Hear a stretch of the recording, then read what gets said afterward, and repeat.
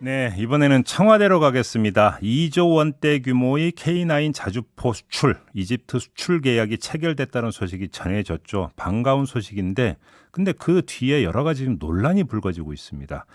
자, 이에 대한 청와대 입장이 궁금한데요. 박수현 청와대 국민소통수석 연결해서 입장 들어보겠습니다. 나와 계시죠? 예, 안녕하세요. 네. 박수현입니다. 안녕하세요. 새해 복 많이 받으시기 바랍니다. 예, 새해 복 많이 받으시기 바랍니다, 수석님. 네. 지금 여쭤볼 게 좀 여러 가지가 있는데 일단 K9 자주포 수출 예, 계약부터 좀 여쭤볼게요. 네. 일단 조금 그 몇 가지 보도가 나온 게 있는데 예. 일단 첫 번째는 이 우리나라 수출입은행이 이집트의 대금의 80%를 꺼주고 이집트가 그 돈으로 지금 K9을 그러니까 수입을 하는 건데 이건 좀 문제 있는 거 아니냐 이런 식의 보도가 나왔던데 어떻게 봐야 되는 겁니까? 아, 그런 보도도 있습니까? 네. 아니, 그게 왜 문제죠? 그 이유를 모르겠어. 어쨌든, 예. 그 설날 저녁에 마치 우리 국민에게 참 설 선물처럼 예. 그 사막에서 날아온 그 자주포 2조 원 계약. 이 문제 정말 기쁘게 국민과 함께 받았다고 생각을 하고요. 예. 네. 어쨌든 우리 그 방산의 그 무기체계 우수성을 다시 한번 전 세계에 네. 알린 그런 계기가 되고 음. 이 세계 자주포 시장의 무려 48%를 우리나라의 K9 자주포가 차지하고 있거든요.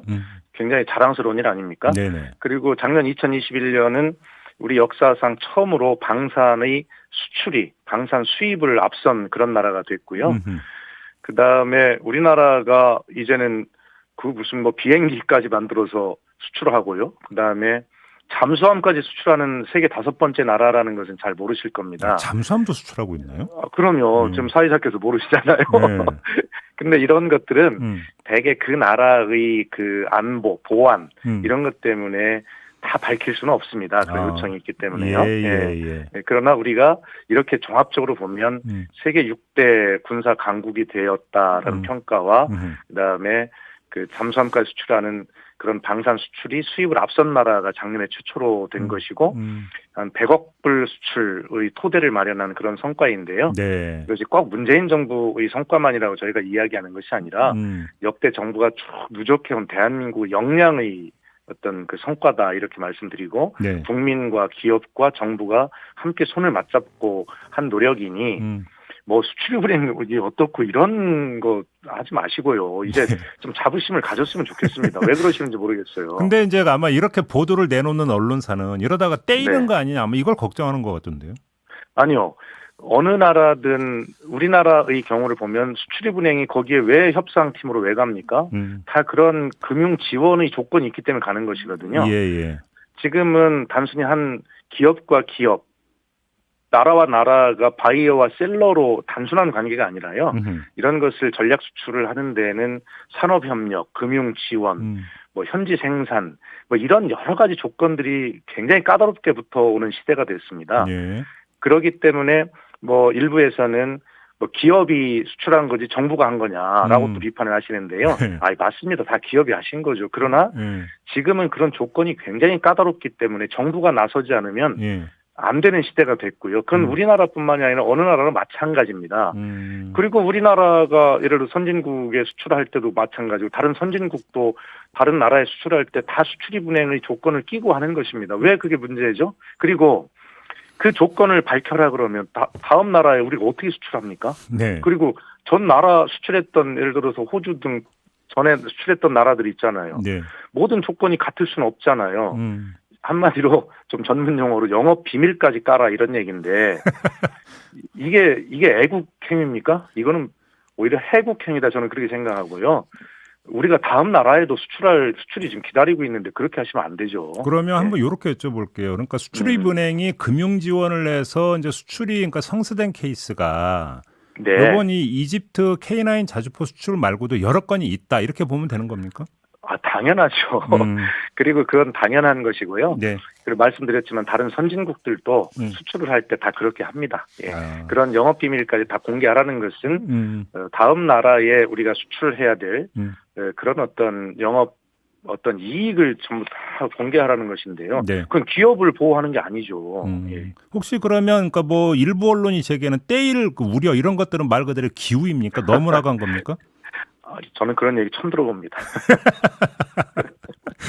그다음에 또 언론이 시작하는 문제가 뭐냐면 이 네. 수출 조건을 보면 초반에는 완제품을 그러니까 수출을 하다가 후반에 가면 물량 대부분을 현지에서 생산하는 조건인데 이거 불리한 조건에 또 이런 지적을 하던데 이건 어떻게 봐야 되는 겁니까? 지금 앞에 제가 설명드렸잖아요. 지금은 모든 수출에 네. 단순 바이어 셀러의 관계가 아니라 거기에 산업협력이라는 것은 현지 생산, 기술 이전 이런 거 다 포함이 되어 있고 방금 말씀하셨던 금융 지원 이렇게 다 포함이 되어 있는 조건들이에요. 예, 그렇기 때문에 예.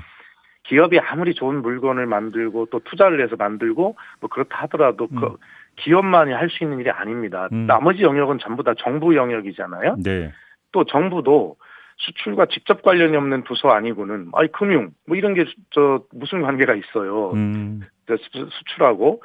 그런데 전부 그렇게 다양한 부처, 범부처적으로 대응하지 않으면 안 되기 때문에 여러 부처의 업무를 독려하고 해야 할 쉽게 얘기하면 정부 컨트롤 타워, 대통령의 정상회담 이런 것들이 굉장히 중요한 것이고요.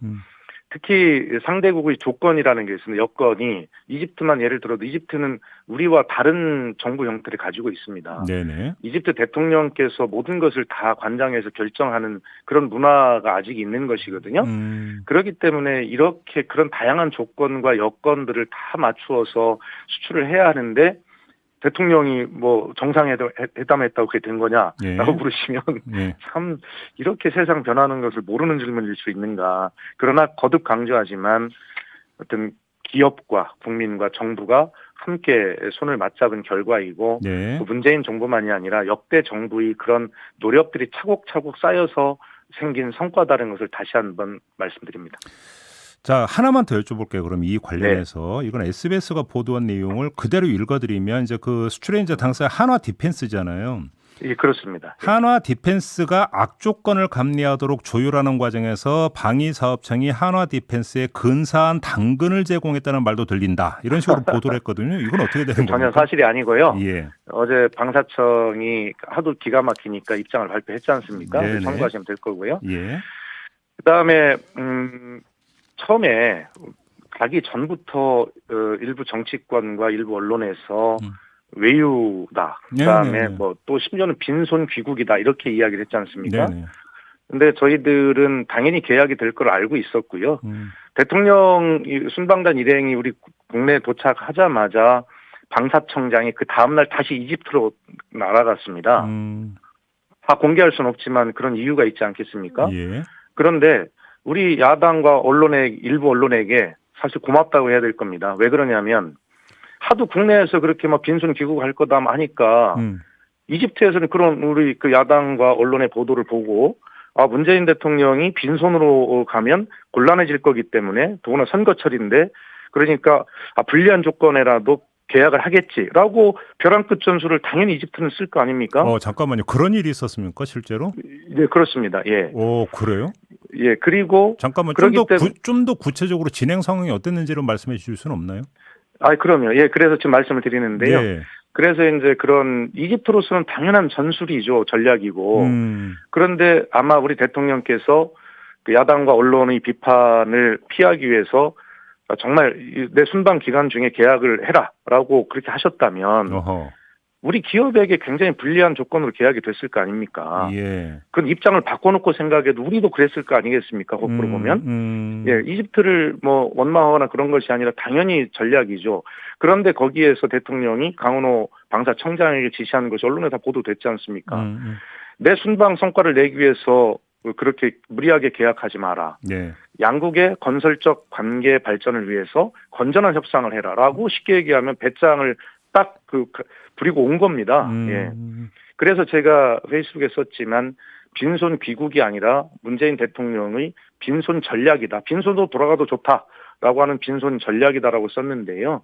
그렇기 때문에 대통령이 국내 순방단에 도착하자마자 바로 그 다음날 방사청장 이집트로 다시 갔거든요.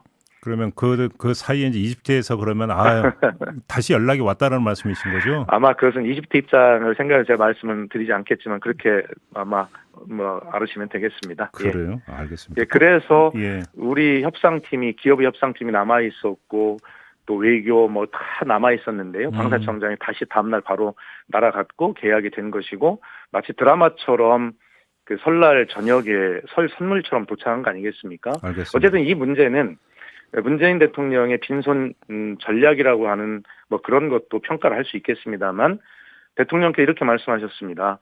이집트의 진심과 정성을 다해서 설명을 했으니까 이집트가 잘 이해하고 계실 거다라고 귀국하셔서 말씀을 하셨거든요. 아마 그런 어떤 우리의 그 진심과 모든 것을 다한 또 기업이 정성껏 또 설명을 했고요. 그런 것들이 이 성과를 낼 수 있게 되었고 전 세계 자주포 시장에 그래서 알겠습니다. 48% 이상을 우리 K9 자주포가 자부심으로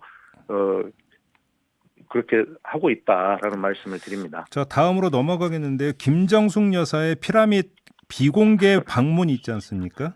그러면 혹시 이게 비공개 방문이 지금 수석께서 조금 전에 말씀하셨던 일부 국내 언론의 이거 외유 아니냐라는 식의 어떤 보도 이걸 의식한 결과로 해석을 해도 됩니까? 예, 당연히 언론의 지적은 저희가 수용을 하겠습니다만 언론의 지적이 과해도 너무 과하다라는 유감을 표합니다. 네. 오늘 사설 등의 제목을 보면 비밀 관광이라고 붙였던데요. 예. 아니 이렇게 해도 되는 겁니까? 이것은 저는 너무 섭섭해서 드리는 말씀인데요. 네. K9 자주포를 2조 원대 수출한 대한민국의 자부심이 왜 부끄럽습니까? 왜 그것을 비밀 관광이란 이런 것을 덮으려고 합니까? 예. 정말 이해가 되지 않아요. 그리고 이것은 비공개지만 공식 일정이었습니다. 공식 일정이라는 것은 이집트 측에서 요청이 있었고요. 그리고 어느 나라든 우리가 해외를 가도 그 나라의 가장 자랑스러운 것을 그 방문한 국빈이 방문해 주기를 원하는 것 아닙니까? 그건 외교 프로토콜입니다. 기본입니다. 이렇게 비판한 언론도 그걸 잘 알고 계십니다. 그런데 그리고 그 이집트의 해당 장관이 김정숙 여사를 영접부터 해서 환송까지 모든 일정을 짧지만 함께 전부 다 한 공식 일정입니다. 네. 그러면 왜 비공개했냐? 우리 탁현민 비서관이 이야기를 했더라고요. 가기 전부터 외유니 뭐니 하는데 당연히 공식 일정이라 하더라도 그렇게 비판하지 않겠습니까? 예, 맞습니다. 언론의 지적대로 그런 것이 예상이 된다고 해서 이것을 비공개로 한 것에 대해서 비판받을 수 있습니다. 예. 그러나 이 자체가 무슨 비밀 관광이니 무슨 관람이니 이렇게 하는 것은 K9 자주포의 자부심을 끌어내리려고 하는 그런 의도로밖에 읽히지 않습니다. 수석님 그러면 짧게 다시 한번 확인자 이렇게 질문을 드릴게요. 애당초 그러니까 순방 전부터 일부 언론과 야당이 이거 외유 아니냐라고 이제 그 비판을 했고 그게 부당하다고 느꼈다면 오히려 더 당당하게 공개 일정으로 갔어야 되는 거 아니냐는 지적이 나왔잖아요. 예, 그 시점은 마침 이제 오미크론이라고 하는 거대한 그 파도가 몰려오고 있는 시기였습니다. 예. 그리고 우리 소상공인 자영업자들께서 얼마나 고통을 더 받으시겠습니까? 대통령께서는 그런 어떤 많은 것들을 지금 지적하시는 부분도 일리는 있습니다만 그런 국민들의 고통 앞에 혹시라도 일부에서 그렇게 놀러 간 거 아니냐라고 비판할 때 다 이해할 수 있는 건 아니지 않습니까? 그렇기 때문에 그 나라의 외교적 결례를 하지 않기 위해서 의무를 다 했지만 대통령이 또 가시지 못했어요. 그 자체가 외교적 결례일 수 있습니다. 알겠습니다. 예, 그래서 그런 어떤 오미크론을 앞두고 있는 어떤 국민 정서 이런 것들을 고려해서 외교적 어떤 결례를 범하지 않고 의무를 다 하면서도 우리 국민적 정서를 고려할 수밖에 없는데 그것을 비밀 관광, 비공개 관람 이런 식으로 선정적으로 보도하는 것은 알겠습니다. 언론의 비판을 다 수용한다 하더라도 이것은 의도적 비난이다. 저는 그렇게 생각합니다. 시간이 이제 얼마 안 남은 한 30초 정도밖에 답변 시간을 못 드릴 것 같은데요. 지금 네네. 순방 이후에 청와대에서 확진자가 3명이 나왔다는 보도가 있었는데 이걸 또 공개하지 않았다라고 문제 제기가 되고 있는데 어떤 답변 주시겠습니까? 짧게. 예. 코로나 초기 같으면 한 명이 나와도 당연히 공개를 해야 될 엄중한 상황이죠. 그런 하루에 10,000명, 20,000명, 심지어는 10만 명까지 확진이 되는 그런 오미크론 시대에 물론 청와대니까 한 명이라도 밝히는 건 당연하지만요.